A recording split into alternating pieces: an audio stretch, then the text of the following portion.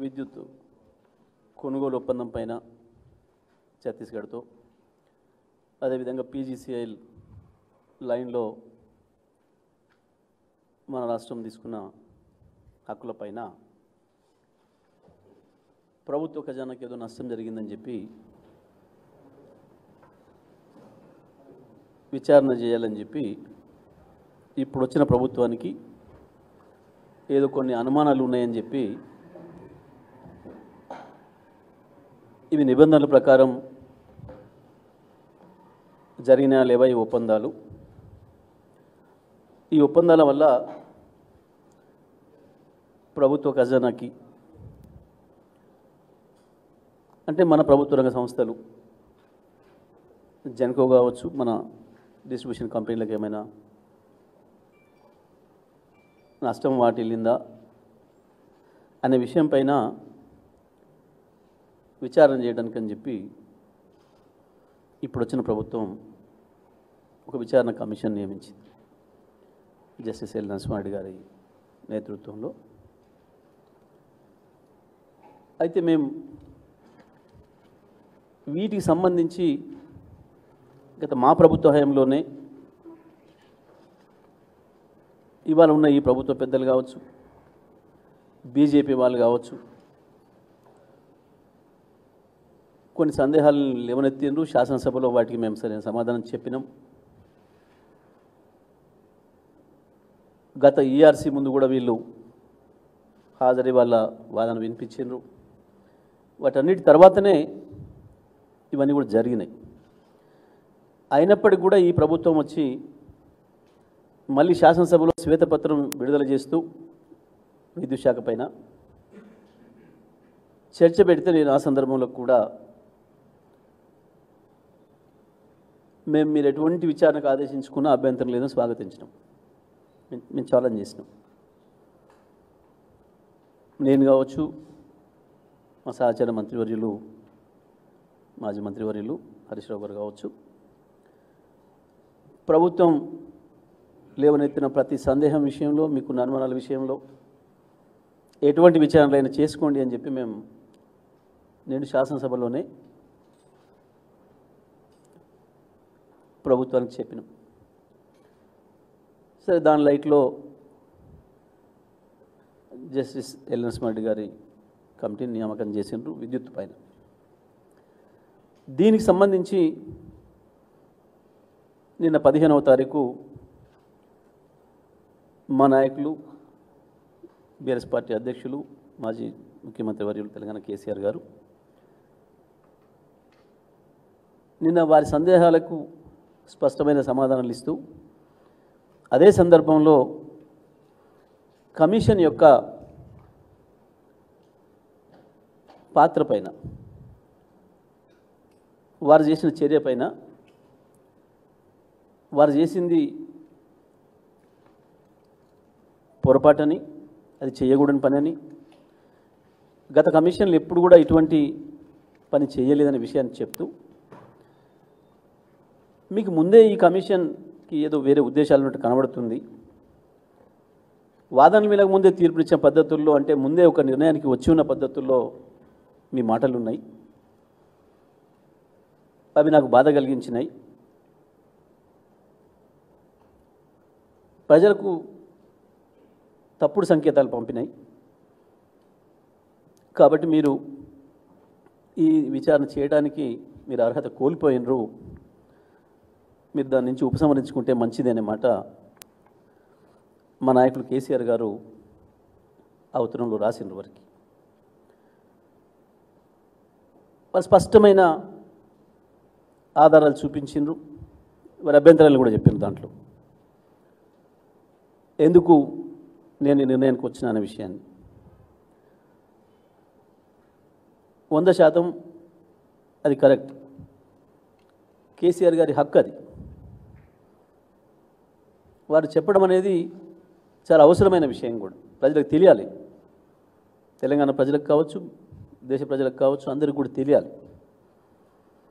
ఎందుకంటే ఒక సాధారణమైన నిందితుడికే కోర్టులలో పలానా ప్రాసిక్యూటర్ గారు ముందే బయాస్కున్నారు కాబట్టి ఆయన వద్దనో, ఈ కోర్టులో నాకు న్యాయం జరగదు కాబట్టి ఇంకో కోర్టుకు వేయమని చెప్పి అడిగే హక్కు కూడా ఎప్పుడు కూడా ఉంటుంది ప్రతి మనిషికి. ఇదేం పెద్ద జ్యుడిషియల్ విచారణ కూడా కాదు. కానీ వారు 11వ తారీఖు నాడు, వాస్తవానికి 15వ తారీఖు వరకు సమయం ఇచ్చారు. వాస్తవానికి మేము 30వ తారీఖు వరకు అడిగినా లేదు నేను తొందరగా సబ్మిట్ చేయాలి రిపోర్టు, మీరు వీళ్ళు 15వ తారీఖు లోపల వీలు చేసుకొని పంపించండి అని చెప్పిండ్రు. సంతోషం, మేము వారిది అంగీకరించి కేసీఆర్ గారు గౌరవంగా 15వ తారీఖు నాడు సబ్మిట్ చేయడానికి దాన్ని తయారు చేసే పనిలో ఉన్నారు. ఎల్ నరసింహారెడ్డి గారు అంటే మాకు సంపూర్ణమైన గౌరవం ఉంది వారి పట్ల, కేసీఆర్ గారికి కూడా. వారు జడ్జి కాకముందు కొంత తెలంగాణ వాదిగా ఉన్నారు అనే విషయాన్ని మేము విన్నాం. తెలంగాణ బిడ్డగా కూడా వారిపైన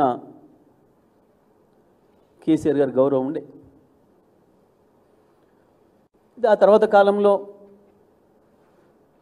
ఎందుకో వారికి అభిప్రాయాలు మారినాయి. ఈ రాష్ట్రంలో చాలామందికి అభిప్రాయాలు మారినాయి, అందులో వారికి కూడా అభిప్రాయం మారినట్టు కనబడుతూ ఉంది. వారి 11వ తారీఖు సమావేశం తర్వాత, మీడియా సమావేశం తర్వాత మాకు అది కనిపించింది స్పష్టంగా.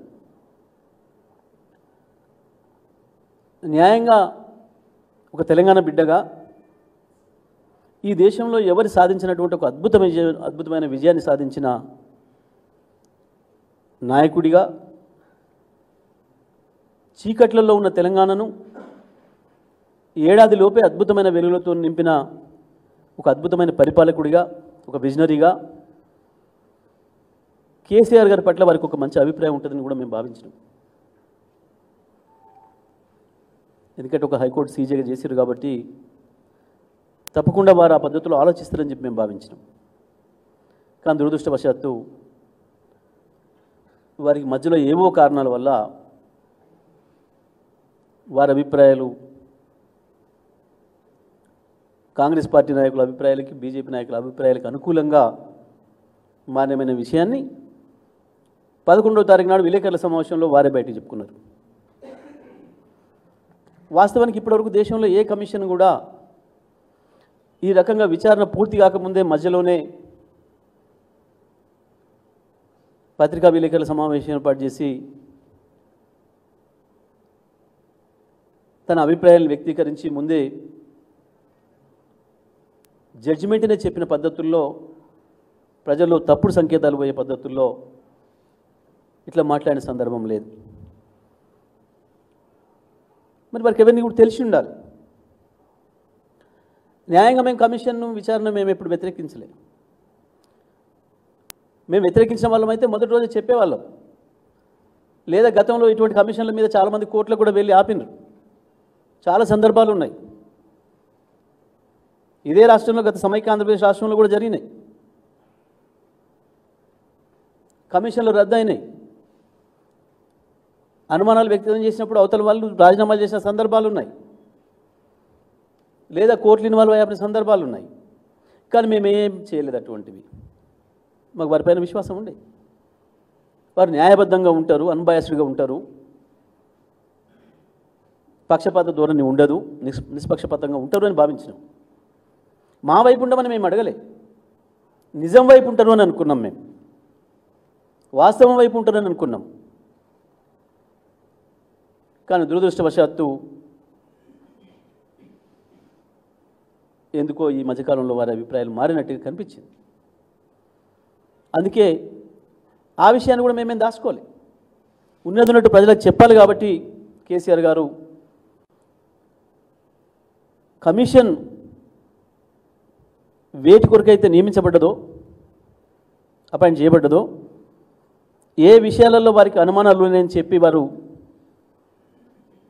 వారికి ఏం బాధ్యత ఇచ్చిండ్రో అవి ఏంటివో మాకు పంపించారు. కాబట్టి ఆ విషయాలన్నింటినీ కూడా వారి సందేహాలని నివృత్తి చేస్తూ, వారికి సమాధానాలు ఇస్తూనే, వారు చేసిన పని సరైంది కాదు, మీకు ఆల్రెడీ కేసీఆర్ గారి పైన ఒక అభిప్రాయం ఉంది కాబట్టి దయచేసి మీరే ఒప్పుకోవాల్సింది కాకుండా ఇది అనే విషయాన్ని కూడా వారికి చెప్తూ, అందులో న్యాయపరమైన విషయాన్ని కూడా ఉటంకిస్తూ, వాస్తవానికి ఈఆర్సీలు అనేవి స్వతంత్ర కమిషన్లు, చట్టబద్ధమైనవి, రాజ్యాంగబద్ధమైనవి, క్వాజీ జ్యుడిషియల్ అధికారాలు ఉన్నాయి. ఒక కోర్టు ఇచ్చిన తీర్పు పైన ప్రభుత్వాలకి విచారణ చేసే హక్కు ఉండదు ఎప్పుడు కూడా. ఈవెన్ ఒక మేజిస్ట్రేట్ కోర్టు ఇచ్చినా సరే, ఒక మేజిస్ట్రేట్ కోర్టు ఇచ్చిన తీర్పునైనా ఆ పార్టీస్కి అభ్యంతరం ఉంటే పైకోర్టుకు వెళ్ళాలి. ఇది ఎక్కడైనా ఉన్నది, దేశవ్యాప్తంగా ప్రపంచవ్యాప్తంగా. కోర్టుల యొక్క తీర్పుల పైన ఎగ్జిక్యూటివ్ బాడీస్కి ఎప్పుడు కూడా అధికారం ఉండదు విచారణ చేయడానికి. ఇది ఇంత చిన్న విషయం, సహజ న్యాయ సూత్రం ఇది. మరి వాస్తవానికి హైకోర్టు జడ్జిగా, సీజేగా వీరికి, రిటైర్డ్ సీజేగా వీరికి అది తెలిసి ఉండాలి. న్యాయంగా అప్పుడే వీరు ప్రభుత్వానికి చెప్పి ఉండాలి. ప్రభుత్వంలో ఉన్న పెద్దలకు తెలిసి ఉండకపోవచ్చు, చెప్పి ఉండాలి. అవి మీరు పెట్టిన దాంట్లో ఈఆర్సీల పాత్ర ఉంది, ఈఆర్సీలు తీర్పిచ్చినాయి, ఈ పలానా విషయాల్లో మనం విచారణ చేయడానికి లేదు మనకు హక్కు, ఇవి తీసేయండి అని అడిగి ఉండాలి మీరు. ఈఆర్సీ దేంట్లోనైతే తీర్పు ఇచ్చిందో దానిపైన నేను మళ్ళీ విచారణ చేయకూడదనే విషయాన్ని వారు చెప్పి ఉండాలి న్యాయంగా. ఇది మా దృష్టికి ఆనాడే వచ్చింది, మేము చర్చ చేసుకున్నాం. అరే ఎట్లా ఒప్పుకున్నారు వీరు, ఇది కరెక్ట్ కాదు కదా, మరి చెప్పాల్సి ఉండే ప్రభుత్వానికి అనే మాట కూడా మేము అంతర్గతంగా మాట్లాడుకున్నాం. అయినప్పటికీ కూడా మేమేం మాట్లాడలేదు దానిపైన, మేమేం మాట్లాడలేదు ఎప్పుడు కూడా. మేము దాన్ని స్వాగతించినాం. వారి విజ్ఞతకు వదిలేసినాం, వారే ఆలోచించుకోవాలి, వారు చెప్పాల్సి ఉండే అని అనుకున్నాం. కానీ 15వ తారీఖు వరకు సమయం ఇచ్చి, ఒకవేళ 15వ తారీఖు వరకు కూడా కేసీఆర్ గారు వారికి ఉత్తరం రాయకపోయినా ఇంకా మార్గాలు ఉండే కేసీఆర్ గారి నుంచి తీసుకోవడానికి మీరు. కానీ అదంతా వదిలేసి 11వ తారీఖు నాడే వీరు పత్రికా సమావేశం నిర్వహించి వారి అభిప్రాయాలను చెప్పేసి మొత్తం అప్పుడేదో జరిగిపోయింది, నిజంగానే నష్టం జరిగింది ఈ రాష్ట్రానికి, ఇక లెక్కలేయడమే మిగిలింది అనే పద్ధతిలో వారు మాట్లాడారంటే, ఓహో వీరికి స్పష్టంగా ఒక అభిప్రాయం ఉంది, ఏదో ఒక వ్యతిరేక అభిప్రాయంతో ఉన్నారు కేసీఆర్ గారి పైన, అందుకే ఒప్పుకున్నారు ఈ కమిషన్ నియామకాన్ని, టర్మ్స్ ఆఫ్ రెఫరెన్స్ని వారు ఒప్పుకున్నారనే విషయం మాకు స్పష్టంగా అర్థమైపోయింది. ఇక వారి ఉద్దేశం అర్థమైన తర్వాత ఇంకా వారి దగ్గర హాజరవ్వడమో ఇంకోటి చేయడమో అది అనవసరమైన విషయం అనే విషయం సంగతి కూడా తెలంగాణ ప్రజలకి, లేదా తెలంగాణ వైపు చూస్తున్న దేశ ప్రజలందరూ కూడా చెప్పాల్సిన బాధ్యత కేసీఆర్ గారి పైన ఉంది. కాబట్టి స్పష్టంగా నిర్మోహమాటంగా చెప్పడమే కాదు, మీరు ఆ బాధ్యత నుంచి తప్పుకోవడం మంచిది అని చెప్పి కేసీఆర్ గారు స్పష్టంగా చెప్పడం జరిగింది. తప్పకుండా మేము భావిస్తున్నాం ఇప్పటికైనా, ఆనాడు వారి దృష్టికి రాలేకపోయిందా లేదా ఏ కారణం చేతనైనా కావచ్చు వారు ఒప్పుకున్నారు. కానీ ఇప్పటికైనా వారు ఆలోచించి ఆ కమిషన్ బాధ్యతల నుంచి తప్పుకుంటారని మేము భావిస్తూ ఉన్నాం.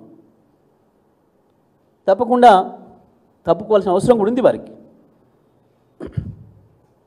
జరిగి ఉండొచ్చు ఆ రోజు వారి చూపు నుంచి అది దూరమై ఉండొచ్చు, ఒకవేళ అటువంటి ఆలోచన వారికి రాకుండవచ్చు, లేదా చూడకుండా ఉండవచ్చు, అరే నేను ఇది చేయకూడదనే విషయం తెలియకుండవచ్చు. నిజంగానే వారు కనుక సిన్సియర్గా హానెస్ట్గా ఉంటే వారి గౌరవాన్ని నిలబెట్టుకోవాలంటే మాత్రం తప్పకుండా కమిషన్ బాధ్యతల నుంచి నరసింహారెడ్డి గారు తప్పుకోవాల్సిన అవసరం ఉంది. కేసీఆర్ గారు విజ్ఞప్తి చేసిన పద్ధతుల్లో. ఇకపోతే విషయాలకు వస్తే, టర్మ్స్లోకి వస్తే, ప్రభుత్వం వారికి ఇచ్చింది 4 విషయాలని. ఒకటి పీజీసీఐఎల్, అంటే నార్త్ నుంచి సౌత్కి విద్యుత్తును తీసుకొచ్చే లైన్. ఆ లైన్లో మేము దాన్ని కొనుగోలు చేసినాం, ట్రాన్స్మిషన్ హక్కుల్ని. దానివల్ల ఏదో ముందే పే చేయడం వల్ల వాళ్ళకి మనకేదో నష్టం కలిగింది, అది ఏం అవసరం వచ్చిందని ఒక విషయం. రెండవది ఛత్తీస్గఢ్తో చేసుకున్న ఒప్పందం వల్ల అక్కడ కూడా ప్రభుత్వ ఖజానాకి ఏదో నష్టం వాటిల్లింది, దాని మీద విచారణ చేయాలి. ఏదో నిబంధనలు ఉల్లంఘించి జరిగినట్టుగా ఇవి 2. మూడవది భద్రాద్రి పవర్ ప్లాంట్ విషయంలో ఏదో సూపర్ క్రిటికల్ టెక్నాలజీ వాడాల్సి ఉండే సబ్ క్రిటికల్ టెక్నాలజీ వాడినరు, దానివల్ల కూడా ఏదో నష్టం జరిగింది. పైగా అది నామినేషన్ పద్ధతుల్లో BHLకి ఇచ్చిండ్రు. ఇది కూడా నిబంధనలకు విరుద్ధమైన విషయం. దానివల్ల ఏదో పొల్యూషన్కి నష్టం జరుగుతుంది. మొత్తం ఈ దేశమంతా చీకటైపోతుంది. దీనిపైన విచారణ చేయండి. 4వది నల్గొండ జిల్లా దామర్చర్లలో పెట్టిన Yadadri UMPP ultra mega power plant భారతదేశంలోనే ప్రభుత్వ రంగంలో మొట్టమొదటిసారిగా నిర్మించదలబెట్టిన 4000 మెగావాట్ల విద్యుత్ ప్రాజెక్టు విషయంలో అది అక్కడెక్కడికో తీసుకుపోయి పెట్టిండ్రు. దానివల్ల బొగ్గు తీసుకుపోవడానికి దూరం అవుతుంది. దానివల్ల అదనపు భారం పడుతుంది. దీనివల్ల కూడా ప్రభుత్వ ఖజానాకు నష్టం జరిగింది, జెన్కోకి నష్టం జరుగుతుంది. కాబట్టి వీటిపైన విచారణ చేయండి అని చెప్పి వారికి ఇచ్చిండ్రు. ఈ 4 విషయాలకు సంబంధించి అసలు ఈ విచారణ కమిషనే ఒక అసంబద్ధమైంది. ఎందుకంటే దీంట్లో 4కి 4 కూడా మేము ఇచ్చింది ప్రభుత్వ రంగ సంస్థలకి. PGCL లైన్ బుక్ చేసుకోవడానికి, ఛత్తీస్గఢ్తో విద్యుత్ ఒప్పందం చేసుకోవడానికి రెండిటికి లింక్ ఉంది, అవినాభావ సంబంధం ఉంది. అప్పటి వరకు భారతదేశంలో దక్షిణాదికి ఉత్తరాదికి విద్యుత్ సరఫరాకి అవకాశం లేదు, లైన్స్ లేవు.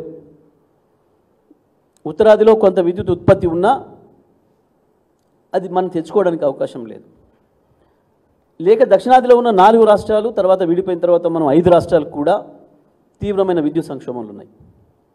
రాష్ట్రం ఏర్పడిన నాటికి మన పరిస్థితి ఏందో మనందరికీ కూడా తెలుసు. మీ అందరూ కూడా దాంట్లో అనుభవం ఉన్నవాళ్ళు, బాధితులు, విద్యుత్ బాధితులు మనం అందరం, తెలంగాణ ప్రజలందరం కూడా. రాష్ట్ర రైతాంగం పరిస్థితి ఏందో, ఎట్లా రాలిపోయినరో పిట్టల్లాగా, ఎట్లా చచ్చిపోయినరో విద్యుత్ వల్ల. పరిశ్రమలు మొత్తం బయటికి తరలిపోయి పారిశ్రామికవేత్తలు ఎట్లా ధర్నాలు చేయాల్సిన దుస్థితి, దానివల్ల నిరుద్యోగం ఎట్లా పెరిగిపోయిందో. ఒకవైపు వ్యవసాయ రంగంలో నిరుద్యోగం, మరొక వైపు పారిశ్రామిక రంగంలో నిరుద్యోగం ఎట్లా పెరిగిపోయిందో మనకు తెలుసు. మంచినీళ్ళకు కూడా ఇబ్బందులు పడ్డాం. చచ్చిపోతే శవాల్ని పారేసి స్నానాలు చేయడానికి ఇబ్బంది పడ్డాం. వాస్తవానికి పట్టణాలు నగరాలలో ఆనాటి జనరేటర్లు సృష్టించిన పొగకు మించి భద్రాద్రి పవర్ ప్లాంట్లో ఉత్పత్తి అయ్యే కరెంటు వల్ల వచ్చే పొగ వల్ల నష్టం లేదు. గన్ని లక్షల జనరేటర్లు ఉత్పత్తి చేసిన పొగతోని ఉక్కిరిబిక్కిరైనాం. ఒక షాపులకు పోతే షాపింగ్ చేయడానికి ఒకవైపు దాని చప్పుడుతోని పొల్యూషను, జనరేటర్ చప్పుడుతోని పొల్యూషన్, ఇంకొక వైపు దాని వాసనతోని, దాని నుంచి వచ్చిన ఎమిషన్స్తోని కోట్లాది మంది ప్రజలు ఇబ్బంది పడ్డాం. ఇదేది సోయి లేకుండా అటువంటి పరిస్థితులలో మొదటిసారిగా లైన్ వస్తుంది ఉత్తర భారతదేశం నుంచి దక్షిణ భారతదేశానికి, డిచ్పల్లి వారద. దాన్ని ఎవరు వీలైతే వాళ్ళు ముందు దాన్ని బుక్ చేసుకోవాల్సిన అవసరం ఉంటుంది. ఆ లైన్ బుక్ చేసుకోవాలంటే తప్పకుండా ఆ ఉత్తరాదిలో ఉన్న పవర్ ప్లాంట్ నుంచి ఏదో ఒక ప్లాంట్ నుంచి మనకు ఒప్పందం ఉండాలి. ఉంటేనే ఆ లైన్లో మనకు హక్కులు ఇస్తారు కొనుక్కోవడానికి. ఇది ప్రాథమికమైన సూత్రం. PGCL అనేది ప్రభుత్వ రంగ సంస్థ, కేంద్ర ప్రభుత్వ రంగ సంస్థ. మేము ఇంకెక్కడో ప్రైవేట్ వాళ్ళ కాడ తీసుకోవచ్చు, కానీ ఎక్కడ ప్రైవేట్ వాళ్ళ దగ్గర తీసుకున్నా అది ఎక్కడైనా పొరపాటు అనుమానాలు కూడా వచ్చే అవకాశం ఉంటుంది. ఛత్తీస్గఢ్ ప్రభుత్వం నుంచే తీసుకుంటే ప్రభుత్వం నుంచి ప్రభుత్వానికి ఎక్కడ కూడా ఇబ్బంది లేదు. అయినా ధర నిర్ణయించేది ERCలు, మనకి అభ్యంతరం లేదు. పాలసీగా మనం కనుక చెప్పేస్తే ఆ డిస్ట్రిబ్యూటరీ సంస్థలు అక్కడ కానీ ఇక్కడ కానీ వాళ్ళు మాట్లాడుకొని మిగతా విషయాలు వాళ్ళు పూర్తి చేసుకుంటారు. పాలసీగా మనం నిర్ణయించడం మన బాధ్యత అని చెప్పి ఆనాటి ఛత్తీస్గఢ్ ముఖ్యమంత్రి రమణ్ సింగ్ గారికి కేసీఆర్ గారు మాట్లాడి, ఇట్లా పరిస్థితి ఉంది సార్, ఇట్లా మాకు ఇబ్బంది ఉంది, చీకట్లో ఉన్నాం మేము, మా రైతులు చచ్చిపోతున్నారు, పరిశ్రమలు దెబ్బతింటున్నాయి, మాకు అవసరం ఉంది విద్యుత్తు, మీ దగ్గర మిగులు విద్యుత్ ఉంది కదా మాకు ఇవ్వండి అంటే తప్పకుండా రండి అని చెప్పి వారు ఆహ్వానించారు. కేసీఆర్ గారు వెళ్ళిండ్రు. ఆ రోజు రమణ్ సింగ్ గారు ఇంకొక మాట కూడా చెప్పారు. ఛత్తీస్గఢ్ ప్రభుత్వం నుంచి కూడా ఒక ప్రకటన వచ్చింది. కేసీఆర్ గారితో పాటు మేము దత్తాత్రేయ గారిని కూడా మేము ఆహ్వానిస్తున్నాం, అని చెప్పి కూడా వారు చెప్పింది ఆ రోజు.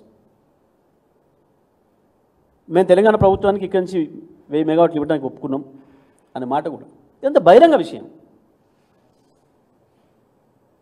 ఇక్కడ నేను రాష్ట్ర ప్రజలకు తెలియజేస్తా ఉన్నా, ఒక ప్రభుత్వం నుంచి ఇంకొక ప్రభుత్వం ఒప్పందం చేసుకుంటే దీంట్లో ఏమైనా ఒక్క రూపాయి అవినీతికి ఆస్కారం ఉంటుందా?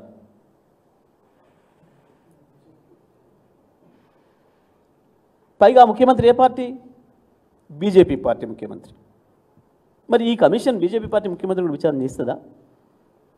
మరి రమణ్ సింగ్ గారు కేసీఆర్ గారికి లంచం ఇచ్చినట్ట, కేసీఆర్ గారు రమణ్ సింగ్ గారికి లంచం ఇచ్చినట్ట? ఎక్కడ నష్టపోయినరు? ఏ రాష్ట్ర ప్రజలు నష్టపోయినరు? ఏంటి అసలు వీళ్ళ అభ్యంతరం ఇక్కడ? ఇంక ఇల్లు ఏమనుమానాలు ఉన్నాయి? ఉంటే రమణ్ సింగ్ గారు కూడా బయట పెట్టవచ్చు. రాష్ట్ర ప్రజలందరూ కూడా తెలియాలి ఈ విషయం. నోరు నెత్త పెట్టుకొని తనకి ఇష్టమైన మీడియాలు ఉన్నాయి కాబట్టి, కేసీఆర్ మీద ఈర్ష్యతోని శత్రుత్వంతో ఉన్న కొన్ని మీడియాలు ఉన్నాయి కాబట్టి ఇష్టం వచ్చినట్టు కాకిగోల చేసి కేసీఆర్ గారిని బదనాం చేద్దాం, తెలంగాణలో భారతదేశంలో ఎవరు సాధించిన అద్భుతమైన విజయాన్ని సాధించింది కాబట్టి కేసీఆర్ గారు విద్యుత్ రంగంలో. ఎందుకంటే ఇవాళటి కూడా కాంగ్రెస్ బీజేపీ పాలిత రాష్ట్రాల్లో ఎక్కడ కూడా 24 గంటలు రైతాంగానికి విద్యుత్తునిస్తున్న రాష్ట్రం లేదు. ఆ విజయాన్ని 6 ఏళ్లకేనే సాధించిన అద్భుతమైన పరిపాలకుడు విజనరీగా కేసీఆర్ గారు మాత్రమే నిలబడ్డారు. దేశవ్యాప్తంగా ప్రపంచవ్యాప్తంగా కేసీఆర్ గారికి వచ్చే కీర్తి ప్రతిష్టలను దెబ్బతీయడానికి ఒక దుర్మార్గమైన ఆలోచన చేసి వాళ్ళు చేసిన ఆరోపణలని నిజమని చెప్పించడం కొరకు కుట్రపూరితంగా చేసిన ప్రయత్నమే ఈ కమిషన్ అనే విషయం స్పష్టంగా కనబడుతుంది. బీజేపీ కార్యకర్తలు కావచ్చు, కాంగ్రెస్ కార్యకర్తలు కావచ్చు, ప్రజలు విజ్ఞులైన ప్రజలందరూ కూడా అర్థం చేసుకోవాల్సిన విషయం. రమణ్ సింగ్ గారికి కేసీఆర్ గారి మధ్యన ఒప్పందం జరిగితే దాంట్లో ఏమైనా తప్పుకు ఆస్కారం ఉంటుందా, అవినీతికి ఆస్కారం ఉంటుందా? దయచేసి ఆలోచించండి అందరు కూడా. కేంద్ర ప్రభుత్వ రంగ సంస్థ PGCIL, అందులో ఏమైనా పొరపాటు జరిగితే వాళ్ళు చెప్పాలి. కేంద్రం ఎక్కడైనా ఉందా అవకాశం? వీళ్ళు ఏమని ఇంకో అభ్యంతరం ఏంది? అప్పటికి అక్కడ మీకు ఇస్తున్న నర్వా ప్లాంటే పూర్తి కాలేదు. 100% దాంట్లో స్పష్టంగా చెప్పింది, లైన్ పూర్తయ్యే సమయానికి ప్లాంట్ కూడా పూర్తి అవుతుంది, మీకు అనుకున్న సమయానికి విద్యుత్ ఇస్తాము అని. ఇంత జరిగితే 2 ERCలు, తెలంగాణ ERC, ఛత్తీస్గఢ్ ERC కలిసి ఆ ప్లాంట్కి అయిన ఖర్చు ఎంత, దానికి ఎంత పడుతుంది విద్యుత్ ఉత్పత్తికి అని చెప్పి లెక్కలు చేసి ₹3.94 నిర్ణయించారు. ఆ సమయంలో పక్కన కర్ణాటక కావచ్చు, తమిళనాడు రాష్ట్రాలు కావచ్చు, ఒకరు ₹4.94 అగ్రిమెంట్ చేసుకున్నారు, ఇంకొకరు ₹4.33 అగ్రిమెంట్ చేసుకున్నారు. మనం తీసుకుంది ₹3.94 చొప్పున. దీనివల్ల మన రాష్ట్రానికి మిగులు వచ్చిందా, నష్టం వచ్చిందా? ప్రజలందరూ అర్థం చేసుకోవాల్సింది. ₹3.94 మనం కొంటే ₹4.94 తమిళనాడు, ₹4.33 కర్ణాటక కొనే సేమ్ టైంలో. ఏం జరిగింది ఇక్కడ? నిజమే, ఛత్తీస్గఢ్ రాష్ట్రానికి పైసలు ఎక్కువిస్తే మనకు వచ్చే లాభం ఏంది? ఇందులో ఏమైనా సాడుగా తీసుకునే అవకాశం ఉందా? ఒక ప్రభుత్వ రంగ సంస్థ చైర్మన్ కావచ్చు, ఒక ప్రభుత్వ అధినేత కావచ్చు,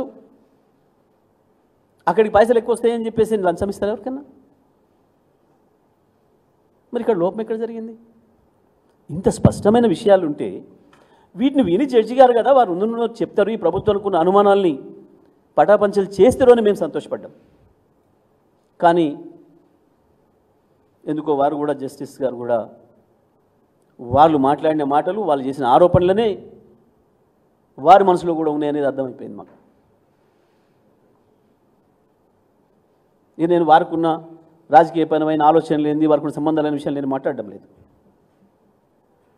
ఇంత క్లియర్గా ఉన్న విషయం. ఒకవేళ మీకు ఇంకా ఇది కేసీఆర్ గారిది కూడా తీసుకున్న తర్వాత, వాంగ్మూలం వివరణ తీసుకున్న తర్వాత మీకు అనుమానం ఉంటే మరి ఛత్తీస్గఢ్ కూడా పిలవాల్సి ఉంటుంది.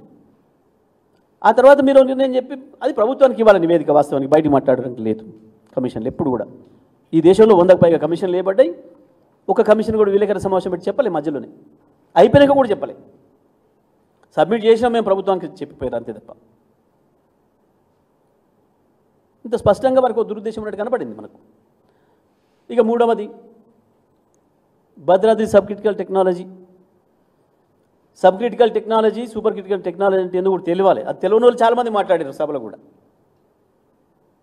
ఇప్పటి వరకు మొత్తం ప్రపంచంలో 2014 వరకు నిర్మాణమైన మొత్తం కూడా ఒక టెక్నాలజీ. ఆ టెక్నాలజీ అంటే ఏంటంటే మొట్టమొదటగా 30 మెగావాట్లు లేదా 60 మెగావాట్లు, 100 మెగావాట్లు, 200 మెగావాట్లు, 500 మెగావాట్ల వరకే ఉత్పత్తి అయ్యేది ఒక ప్లాంట్లో, ఒకటే ప్లాంట్లో. ఆ తర్వాత కొత్తగా 800 మెగావాట్లు ఒకే చోట ఉత్పత్తి చేయడానికి కావాల్సిన టెక్నాలజీ వచ్చింది. దాన్ని సూపర్ క్రిటికల్ టెక్నాలజీ అని పేరు పెట్టినరు. అంతకుముందు వరకున్న మొత్తం టెక్నాలజీకి సబ్ క్రిటికల్ టెక్నాలజీ అని పేరు పెట్టినరు. Super critical technology, sub critical technology అంటే ఏంటంటే 800 లోపు మెగావాట్లు ఉత్పత్తి చేసే ప్లాంట్ టెక్నాలజీని సబ్ క్రిటికల్ టెక్నాలజీ అని, 800 పైన ఉత్పత్తి చేసే ఒకే చోట ఉత్పత్తి చేసే టెక్నాలజీని సూపర్ క్రిటికల్ టెక్నాలజీ అని పేరు పెట్టబడ్డది. పేరు పెట్టి ప్రపంచవ్యాప్తంగా ఈ తక్కువ కెపాసిటీతో ఉత్పత్తి అవుతున్న ఈ ప్రాజెక్టుల ద్వారా వచ్చే పొగ ఏదైతే ఉందో ఇది ఎక్కువ కార్బన్ ఎమిషన్స్ని ఇస్తుంది, పర్యావరణానికి కొంచెం ఇబ్బంది జరుగుతుంది, దానికి కొంచెం బొగ్గు ఎక్కువ ఉత్పత్తి అవసరం పడుతుంది. కాబట్టి దాన్ని ఇప్పటి నుంచి బంద్ పెట్టాలి, ఇప్పటి నుంచి సూపర్ క్రిటికల్ టెక్నాలజీనే ప్రోత్సహించాలి అని చెప్పి ప్రపంచవ్యాప్తంగా ఒక చర్చ వచ్చి దానికి ఒక అగ్రిమెంట్ జరిగింది అన్ని దేశాల మధ్యన. దాని ప్రకారం 2017 వరకు పూర్తయ్యే ఏ ప్లాంట్లు అయినా మీరు ఏ టెక్నాలజీతో పెట్టుకోవచ్చు. 2017 తర్వాత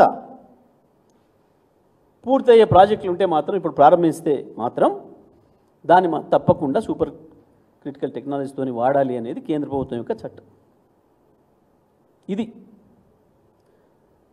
దీని ప్రకారం ఇవాళటికి ఈ రోజుకు కూడా మన రామగుండంలో ఉత్పత్తి అయ్యే విద్యుత్ కావచ్చు, భూపాలపల్లిలో విద్యుత్ ఉత్పత్తి కావచ్చు, మన కొత్తగూడెంలో 1720 కావచ్చు, అదేవిధంగా VTPS విజయవాడలో ఉత్పత్తి అవుతున్న 1760 మెగావాట్లు కావచ్చు, RTPP అక్కడ పెట్టింది కావచ్చు, రాయలసీమలో మొత్తం కూడా సబ్ క్రిటికల్ టెక్నాలజీలో ఉత్పత్తి జరుగుతుంది. ఇది ప్రజలందరికీ తెలియాలి. మొత్తం సబ్ క్రిటికల్ టెక్నాలజీతోనే 60 మెగావాట్లు, 200 మెగావాట్లు, 500 మెగావాట్ల ప్లాంట్లతోనే ఉత్పత్తి జరుగుతుంది. ఈ సబ్ క్రిటికల్ టెక్నాలజీ మొత్తం భారతదేశంలో 90% ఉత్పత్తి సబ్ క్రిటికల్ టెక్నాలజీతోనే జరుగుతుంది. అటువంటి పరిస్థితులలో మన తెలంగాణ విద్యుత్ అవసరాలను దృష్టిలో పెట్టుకొని కేసీఆర్ గారు ఎవరికి ప్రైవేట్ వాళ్ళకి ఇచ్చినా, ఓపెన్ టెండర్లో పిలిచినా ఇవి వేరే తప్పుడు సంకేతాలు పోతాయి. ప్రభుత్వ రంగ సంస్థ BHEL దానికి ఇవ్వడం ద్వారా మన పారదర్శకత తెలుస్తుంది అని చెప్పి అనేక మంది వచ్చారు. ప్రైవేట్ వాళ్ళు అనేక ఒత్తిళ్లు పెట్టిండ్రు. వీళ్ళు ప్రైవేట్ కంపెనీల తరఫున ఒత్తాసు తీసుకున్న వీళ్ళు వాటికి కట్టబెట్టలేదని అక్కస్తూనే అన్నాడు, ఎందుకు మీరు నామినేషన్ మీద ఇచ్చిండ్రు, ఓపెన్ టెండర్లో పిలిస్తే ఎవడో వచ్చేటోడు కదా, ప్రైవేట్ వాడు వచ్చేటోడు కదా, ఏంది ఇక్కడ పంచాయతీ అంతా, ప్రైవేట్ వాడికి ఇవ్వాలని వీళ్ళు, ప్రైవేట్ వాడికి ఇవ్వద్దు, ప్రైవేట్ వాడికి ఇచ్చినా మళ్ళీ వాడు బాయిలర్స్ ఇవన్నీ కూడా BHEL నుంచే తేవాలి. చక్కగా BHELకి వేసి ఒక ప్రభుత్వ రంగాన్ని ప్రోత్సహించినట్టు అవుతుంది, దాన్ని బ్రతికించినట్టు అవుతుంది. భారతదేశంలో అద్భుతమైన పేరున్న నవరత్నాల్లో ప్రధానమైందన్న BHEL ఇప్పటి వరకు ఈ దేశంలో పెట్టబడిన అన్ని పరిశ్రమలకు మెషినరీని ఈక్విప్మెంట్ని ఇచ్చిన అది గొప్ప పరిశ్రమ. దాన్ని ప్రోత్సహించాలని ఒక మంచి ఉద్దేశంతో BHELని పిలిచారు కేసీఆర్ గారు. ఎందుకంటే ప్రైవేట్ వాడు తీసుకున్నా మళ్ళీ BHEL నుంచి తీయాలి మొత్తం మెషినరీ ఎక్విప్మెంట్ అంతా కూడా, ఒక సివిల్ వర్కే వాడు చేస్తాడు. కాబట్టి ఇదంతా మనకి ఎందుకు, BHELకి అప్పచెప్దామని చెప్పి ఒక గుడ్ ఫెయిత్తో వారిని పిలిచిండ్రు. పిలిచి మాట్లాడేటప్పుడు వారు చెప్పిన మాట, మీరు అతి తక్కువ సమయంలో, ఎంత తక్కువ సమయంలో మీరు ప్లాంట్ని పూర్తి చేయగలుగుతారని మొదటి మాట కేసీఆర్ గారు అడిగింది వారిని. సార్ 800 మెగావాట్స్ సూపర్ క్రిటికల్ అయితే ఏదైనా మినిమం 5 years పడుతుంది. ఇప్పటివరకు భారతదేశంలో 5 ఏళ్లలో పూర్తి చేసిన ఒక్క ప్లాంట్ కూడా లేదు. 8 నుంచి 10 సంవత్సరాలు తీసుకున్నాయి. మీరు ఇంతగా కోరుతురు కాబట్టి మేము ఎంత తొందరగా పూర్తి చేయాలనుకున్నా 5 సంవత్సరాలు పడుతుంది. అదే రికార్డ్ సమయం మేము చేయగలిగితే, ఇప్పుడు చేయలేదు మేము కూడా ఇక్కడ అని చెప్పి మా దగ్గర 270 మెగావాట్స్ సంబంధించిన ఎక్విప్మెంట్ రెడీగా ఉంది. 4 ప్లాంట్లు పెట్టుకోవడానికి 1080 వస్తుంది, 1080 మెగావాట్ల ఉత్పత్తి అవుతుంది. అదైతే మేము 2 సంవత్సరాలు పూర్తి చేసి ఇవ్వగలుగుతాం. దాన్ని 2 సంవత్సరాలు పూర్తి చేసి ఇస్తాం మేము.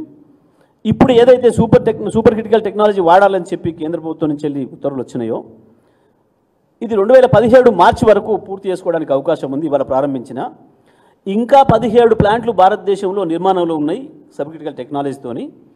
వాళ్ళన్నిటికంటే కూడా మనది మేము ముందు పూర్తి చేసి ఇస్తాం. ఇంకా ఎప్పుడో 5 ఏళ్ళు 9 ఏళ్ల కింద ప్రారంభమై కూడా, మీరు బాగా నోట్ చేసుకోవాలి, 9 సంవత్సరాల క్రితం ప్రారంభించబడ్డాయి కూడా ఇంకా సబ్ క్రిటికల్ టెక్నాలజీతో పూర్తి కాలేదు. ఇంకా కొన్ని ఉన్నాయి ఇంకా అట్లనే. వాటితో సమానంగా లేదా వాటికంటే ముందే కేంద్ర ప్రభుత్వం ఏదైతే నిబంధనలు పెట్టిందో, చట్టంలో పెట్టిందో, ఆ సమయం 2017 మార్చి లోపే మేము దీన్ని పూర్తి చేసి మీకు ఇస్తామని చెప్పి స్పష్టంగా చెప్పారు. కేంద్ర ప్రభుత్వ రంగ సంస్థ వాళ్ళు ఈక్విప్మెంట్ రెడీ ఉందని చెప్తున్నారు. మొదలైతే ఇది కానివ్వండి అని చెప్పి అది ఇచ్చినాం. కొత్తగూడెంలో ప్రారంభించేది అది ఇంకొకటి సూపర్ క్రిటికల్లో పెట్టండి 800 మెగావాట్లు అని చెప్పినాం. దాన్ని వాళ్ళు ప్రారంభం చేశారు. దురదృష్టవశాత్తు ఎవడో ఒకడు తెలంగాణ వ్యతిరేకం, తెలంగాణ ద్రోహం, ఇంకోడు దుర్మార్గుడు NGTల కేసు వేస్తే NGT దానికి స్టే ఇచ్చింది. ఇంత స్పష్టమైన విషయం ఒక జడ్జిగా వారికి తెలిసి ఉండాలి, తీసుకొని ఉండాలి ఆ సమాచారం. లేదు ఇప్పటిదాకా మీకు చెప్పిన వాళ్ళు కూడా ఆ విషయం చెప్పి ఉండడు. కానీ కనీసం కేసీఆర్ గారి దగ్గర నుంచి సమాచారం వచ్చిన తర్వాతనైనా మాట్లాడాలి వాస్తవానికి. కానీ మీరు ఇంకో రెండో వైపు వాదన తీసుకోకుండా నిజంగానే ఇక్కడ ఏదో నష్టం జరిగింది అనే పద్ధతుల్లో మాట్లాడారు. ఇది ఎట్లా న్యాయం అవుతుంది? ఒక జడ్జిగా వారే మళ్ళీ ఆలోచన చేసుకోవాలి, వారు రివ్యూ చేసుకోవాలి వారు చేసిన పని పైన.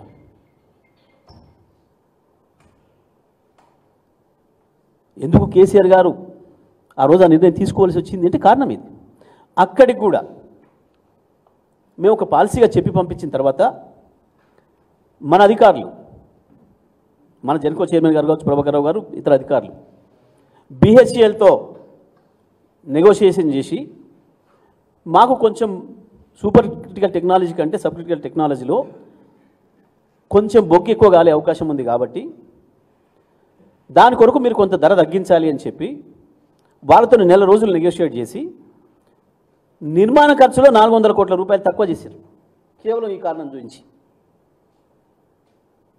నిర్మాణ ఖర్చులో మాకు 400 రూపాయలు తక్కువ చేసి 400 కోట్లు తక్కువ చేసి మీరు నిర్మాణం చేయాలి అని చెప్పి ఒప్పందంలో రాసి స్పష్టంగా ఇంత కేర్ తీసుకున్నాం. ప్రభుత్వ ఖజానాకు ఒక్కొక్క రూపాయి ఎట్లా మిగిల్చాలి అనే విషయంలో కేసీఆర్ గారు కావచ్చు, మా ప్రభుత్వం పడ్డ తపన అంత ఇంత కాదు. ఎవరికో రూపాయి పోనిస్తే మనకు వచ్చే ఉపయోగమైంది? ఇంత కొట్లాడి ప్రాణం మీద తెచ్చుకొని తెలంగాణ తెచ్చిన కేసీఆర్ తెలంగాణ హక్కులకో తెలంగాణ ఒక్క పైసకు భంగం కలిగిస్తాడా? ఎవడో రాజకీయ నాయకులు లేదంటే అది మాట్లాడవచ్చు, వాగొచ్చు. ఉత్తరాని కేసీఆర్ మీద బురద చల్దాం, ఆయన బురద కడుక్కునే టైంలో మనం చేసి దొంగతనం చేద్దాం, ఓట్లు వేసుకుపోదామని ప్రయత్నం చేయొచ్చు వాళ్ళు. కానీ ఒక న్యాయాధికారిగా వారు మాట్లాడేటప్పుడు ఎంత జాగ్రత్తగా ఉండాలి వాస్తవానికి.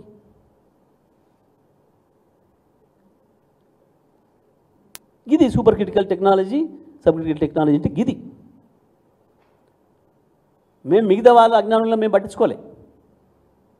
కానీ ఒక విచారణాధికారిగా వీళ్ళు స్పష్టం చేస్తారు, వీళ్ళు అనుమానాలు పట్టపంచలు చేస్తారని మేము నమ్మినాం. అందుకే స్వాగతించినాం మేము. కమిషన్ మీద ఎంక్వైరీ మీద మేము ఎప్పుడు అభ్యంతరాలు చెప్పలే. ఇక 4వది యాదాద్రి పవర్ ప్లాంట్ విషయంలో మేము మా జిల్లా ప్రజల లక్షలాది మంది ప్రజల కోరిక అది. కేసీఆర్ గారు ఒక విజనరీగా వారికి కూడా ఒక స్పష్టమైన అవగాహన ఉంది.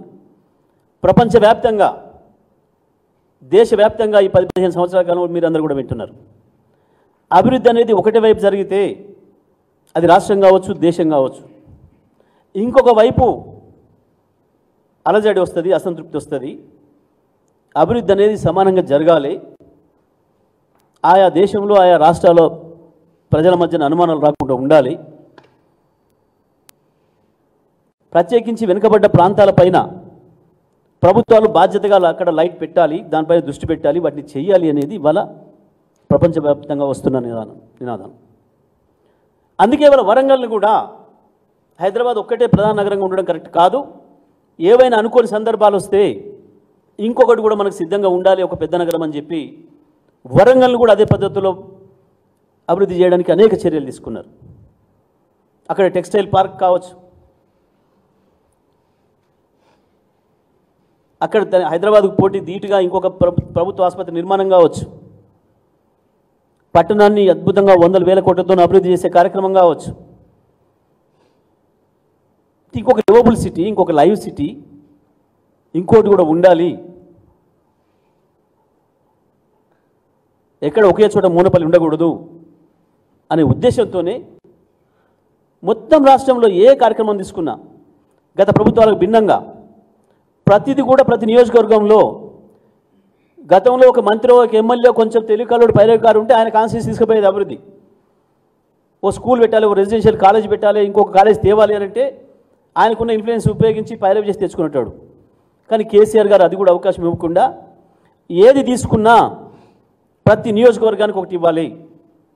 అది ప్రతిపక్షం ఉందా, అక్కడ ఆయన ప్రతిపక్ష నాయకుడు ఎమ్మెల్యే ఉన్నాడా, ఇంకోటి ఉన్నాడా, మనం ఉన్నామని చూసే పని లేదు. గింత సమగ్ర అభివృద్ధి చేశారు.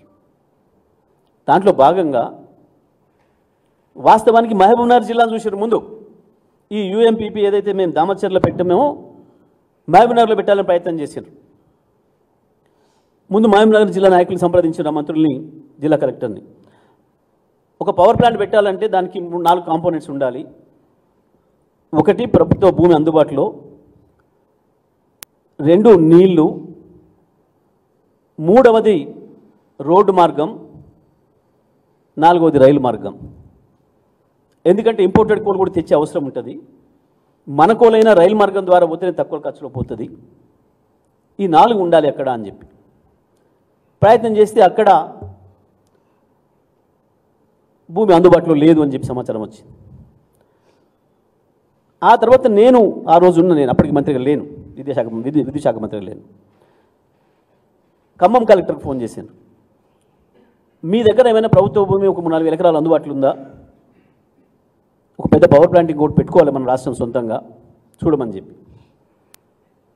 ఇవన్నీ నేను కేసీఆర్ గారు వారితో మాట్లాడుతున్న సందర్భంలో అధికారులతో మిగతా వాళ్ళతో నేను కూడా వెతికిన. మా జిల్లా కూడా తీసుకుందాం కొంత అని చెప్పి ఈసారి చెప్పిన 4 ఎక్కడ అందుబాటులో ఉన్నాయని చెప్పి నేను ఆలోచన చేసినప్పుడు ఇది తప్పకుండా మాకు దామర్చర్ల వీర్లపాలెం అనే గ్రామం ఎక్కడైతుందో ఇది సరైన ప్రాంతం అవుతుంది. అక్కడ కొంత ప్రభుత్వ భూమి ఉంది, కొంత ఫారెస్ట్ భూమి ఉంది అని చెప్పి నేను తర్వాత వెళ్ళి కేసీఆర్ గారి దగ్గరికి వెళ్ళి నేను అడిగిన, అన్న మీరు మహబూబ్నగర్కి ఇస్తా అంటున్నారు, లేదా అక్కడ మనవుడికి ఇస్తా అంటున్నారు, మరి మీరు చెప్పిన 4 కాంపోనెంట్స్ ఉన్నది నా దగ్గర కూడా ఉంది నల్గొండ జిల్లాలో, మీ దగ్గర ఎక్కడిది గవర్నమెంట్ ల్యాండ్ అన్నారు. అన్నప్పుడు లేదు ఈ పలానా ప్రాంతంలో ఉంది, అక్కడ ఉత్తదే మామూలు ఈ సిమెంట్ రాళ్ళు గుట్టలతోని 1000 ఎకరాలు ఉంది, ఖాళీగా కనపడుతుంది. నేను అక్కడ ఆర్డీఓని వాళ్ళని కూడా సంప్రదిస్తే ప్రభుత్వ భూమి కొద్దిగానే ఉంది, 500-600 ఎకరాలు, కానీ ఫారెస్ట్ భూమి ఉంది సార్, పేరుకు ఫారెస్ట్ భూమి కానీ ఒక చెట్టు కూడా లేదు, 5-6 వేల ఎకరాలు ఉంది అని అన్నారు అని చెప్పి. అంత భూమి మీ దగ్గర ఉందా అని చెప్పి ఇమ్మీడియట్గా వారే ఎంఆర్ఓలతో మాట్లాడండి డైరెక్ట్. వాస్తవానికి ఒక సీఎం ఎంఆర్ఓలతో మాట్లాడారు, చీఫ్ సెక్రటరీ లేదా సెక్రటరీ ఏదో సందర్భంలో కలెక్టర్తో తప్ప. కానీ కేసీఆర్ గారు ఆతృతతో తొందరగా చేసుకోవాలేదని చెప్పి ఎంఆర్ఓలతో మాట్లాడి డిఎఫ్ఓతో మాట్లాడారు. ఏంది మీ మంత్రి గారు చెప్తున్నారు అక్కడ భూమి ఉందా అని చెప్పి. ఒక్కొక్క ఎంఆర్ఓ నా దగ్గర 5,000, నా దగ్గర 10,000 ఎకరాలు ఉంది అని చెప్పి దాదాపు 25,000-30,000 ఎకరాలు కృష్ణ ఒడ్డున ఈంచాడికి ఉంది అని చెప్పాను. ఈ ఆలస్యం చేయొద్దు, తెల్లవారే పోదాం అని చెప్పి 2 హెలికాప్టర్లు తీసుకొని అధికారులందరూ కూడా తీసుకొని ఆ ప్రాంతం నుంచి మొత్తం ఏరియా సర్వే చేసేసి వచ్చాను. హెలికాప్టర్ ఉండగానే అన్నారు నాతో, మీ అదృష్టం పడినట్టుందా మీ జిల్లాది, ఈడ పేరుకేం అడవి ప్రాంతం అని ఉంది కానీ ఇలా ఊరు పెట్టుకొని వస్తాను కూడా ఒక చెట్టు లేదు ఇలా, ఇదే వాడు స్విచ్ చేశారు.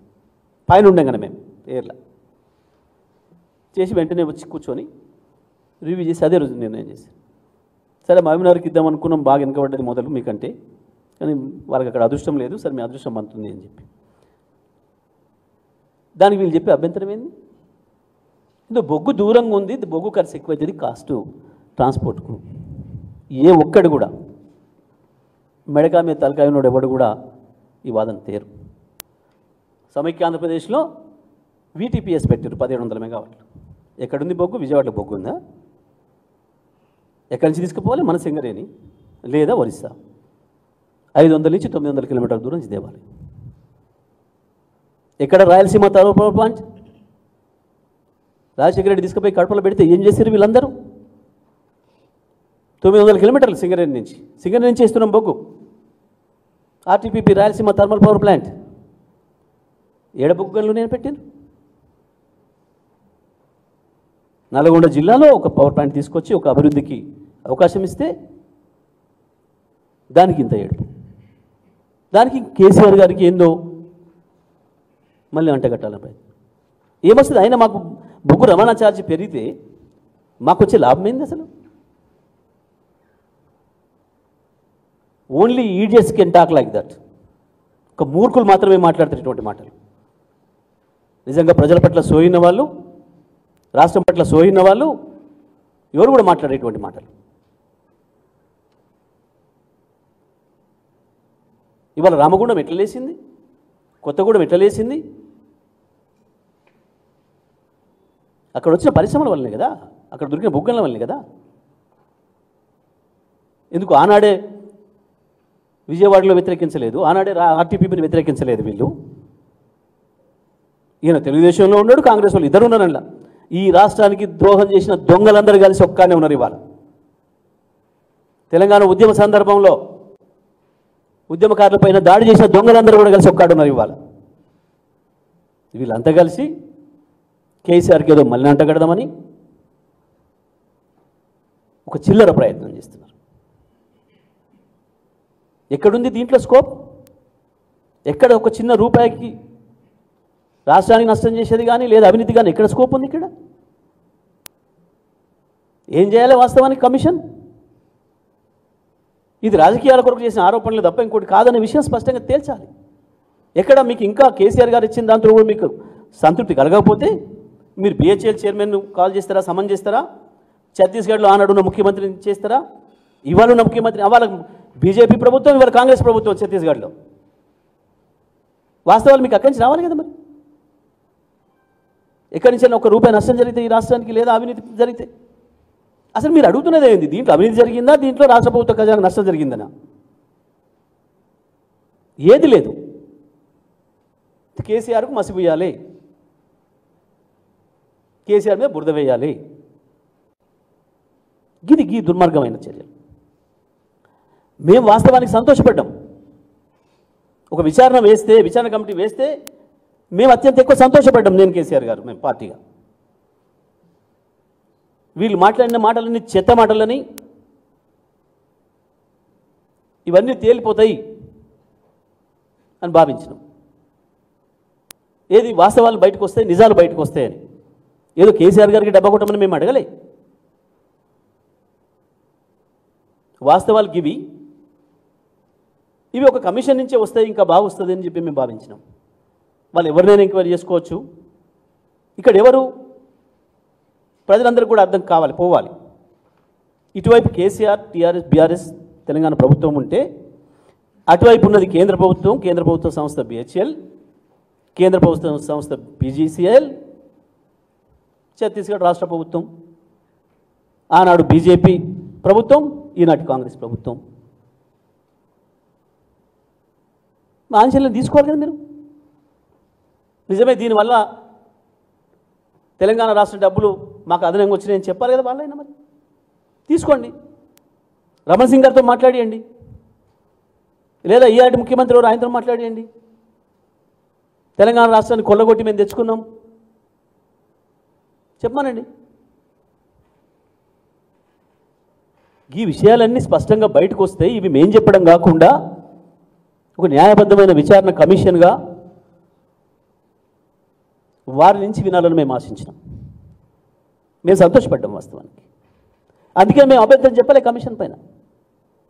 నిజాలు రావాలి బయటికి, వాస్తవాలు రావాలి బయటికి, ఈ రాష్ట్ర ప్రజలకి, ఈ దేశ ప్రజలందరికీ తెలవాలి. ఇవన్నీ కూడా కేసీఆర్ చేసిన శ్రమ, కేసీఆర్ పడ్డ ఆడటం బయటకు వస్తుందని భావించడం.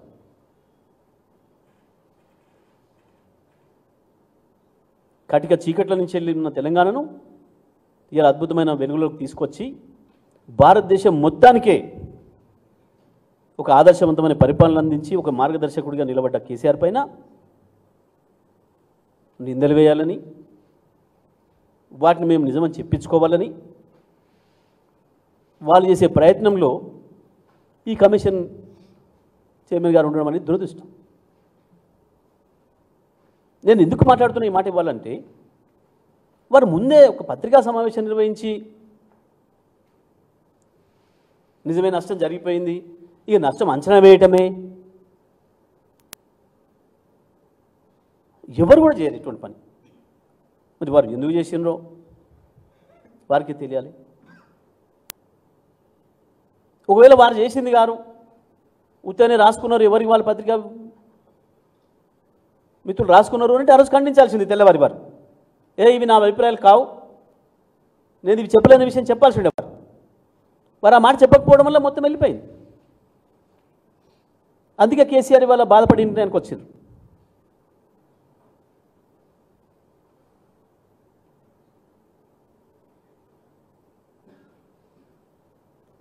సో తెలంగాణ ప్రజలందరికీ విజ్ఞప్తి చేస్తూ ఉన్నాం, వాస్తవాలు గివి. ఇటువంటి పరిస్థితులలో ఒక కమిషన్ ద్వారా నిజాలు బయటకు వస్తాయి, వాస్తవాలు బయటకు వస్తాయి అని చెప్పి ఎదురు చూసిన మాకు ఒక నిరాశ కలిగించే పద్ధతుల్లో ముందే ఒక బయాస్డ్గా ఉండి, ఒక పక్షపాత ధోరణితో ముందే ఒక అభిప్రాయం ఏర్పరచుకొని మాట్లాడిన పద్ధతుల్లో కమిషన్ ఏదైతే మాట్లాడిందో దాన్ని తీవ్రంగా ఆక్షేపిస్తూ, వాస్తవాన్ని ప్రజలకి వివరిస్తూ కేసీఆర్ గారు తీసుకున్న నిర్ణయం ఏదైతే ఉందో కమిషన్ చైర్మన్ గారు వారు రాజీనామా చేయాలని చెప్పి మేము మరొకసారి పునరుద్ఘాటిస్తున్నాం. తప్పకుండా వారు అన్ని ఆలోచన చేసి ఆ బాధ్యత నుంచి వారు తప్పుకుంటారని మేము ఆశిస్తున్నాం.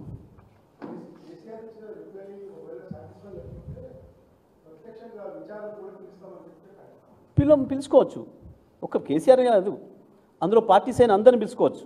పీజీసీఎల్ చైర్మన్ పిలుచుకోవచ్చు, బీహెచ్ఎల్ చైర్మన్ పిలుచుకోవచ్చు, లేదా ఛత్తీస్గఢ్ ముఖ్యమంత్రిని, ఆ రోజున ముఖ్యమంత్రిని పిలవచ్చు, లేదా ఈ రోజున ముఖ్యమంత్రిని పిలవచ్చు, తప్పేం లేదు.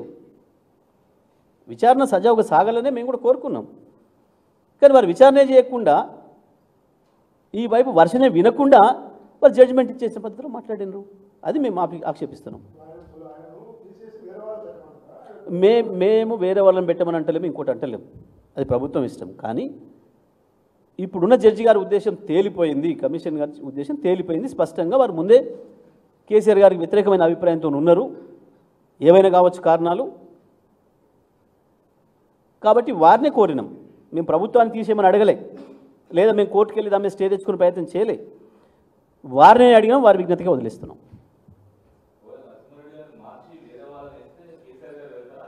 నేనేమంటున్నా, మీరు నేను ఊహించుకోవడం ఎందుకు?